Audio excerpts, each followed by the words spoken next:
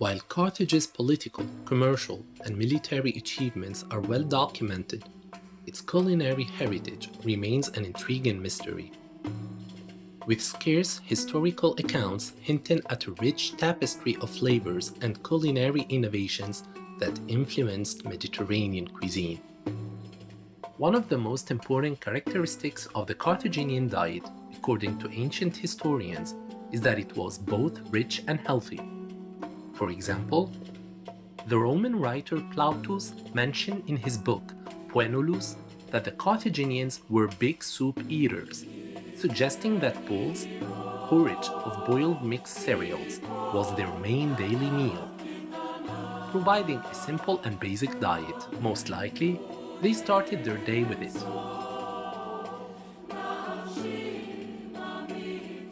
Then, he moved on to briefly introduce the ingredients of this soup, which consist of a mixture of ground and boiled grains. This recipe has come down to us to this day. Tell me, how many of you haven't tried the Tunisian porridge?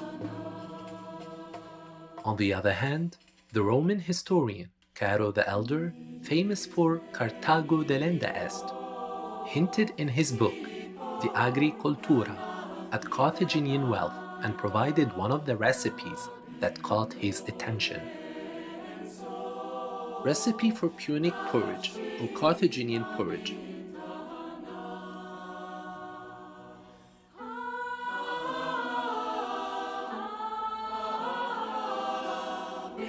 Soak a pound of groats in water until it is quite soft. Pour it into a clean bowl.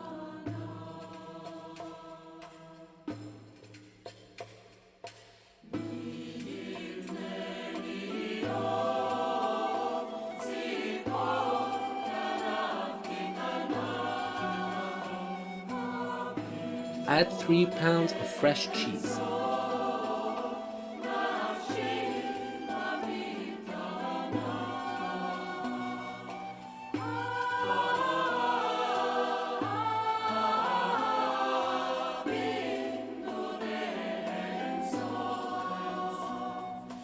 Half a pound of honey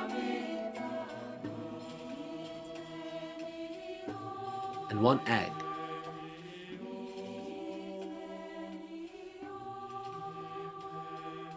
And mix the whole thoroughly.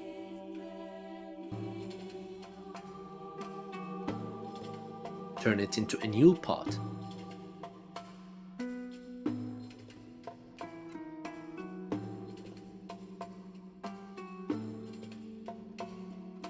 The Carthaginians' use of various grains can be traced back to at least the 6th century BC. Greek historian Hecataius of Miletus described the people of North Africa as grain eaters, emphasizing the importance of grain production among the Carthaginians. Over the centuries, they utilized grains to make bread, Carthaginian porridge, and various types of durum wheat products, including couscous, which culinary historian Lucy Bollins suggests may date back to the 3rd century BC in her book La cuisine andalouse, un art de vivre. The presence in numerous houses of small terracotta ovens similar to the tabunas that are still used in Tunisia testifies to the widespread consumption of both leavened and unleavened bread.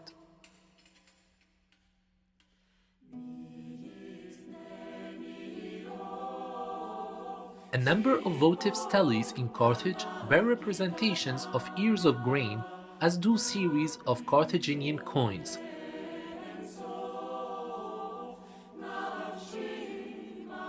The Carthaginians were also adept at making both savory and sweet bread, as Sextus Fastus mentioned. He described a specific type of flat cake, akin to tabuna bread, which he called punicum or Carthaginian cake, and considered it extremely delicious.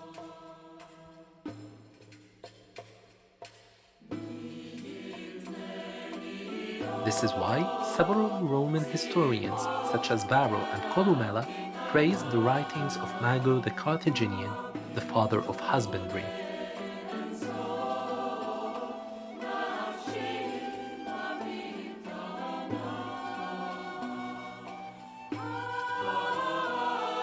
thanks to whom grain as well as fruit cultivation flourished and reached Rome. The tables of the Carthaginians must have been laden with meals of all kinds, featuring abundant fruits like dates, apples, pears, figs, pomegranates, and grapes.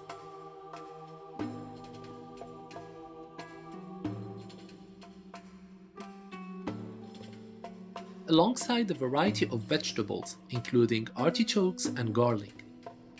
They raised goats, sheep, and cattle for dairy products and possibly meat. Seafood such as sea bream, red mullet, and tuna was also prominent in their diet.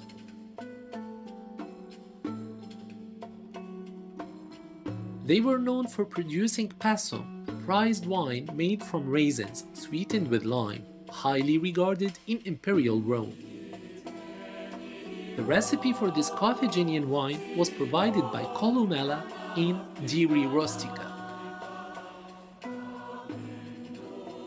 Honey from Carthage was highly valued, along with the wax it produced, known as Punic wax.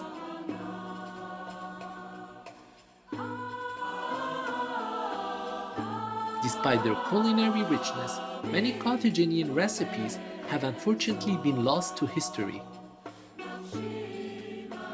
It falls upon us to rediscover them from the annals of time.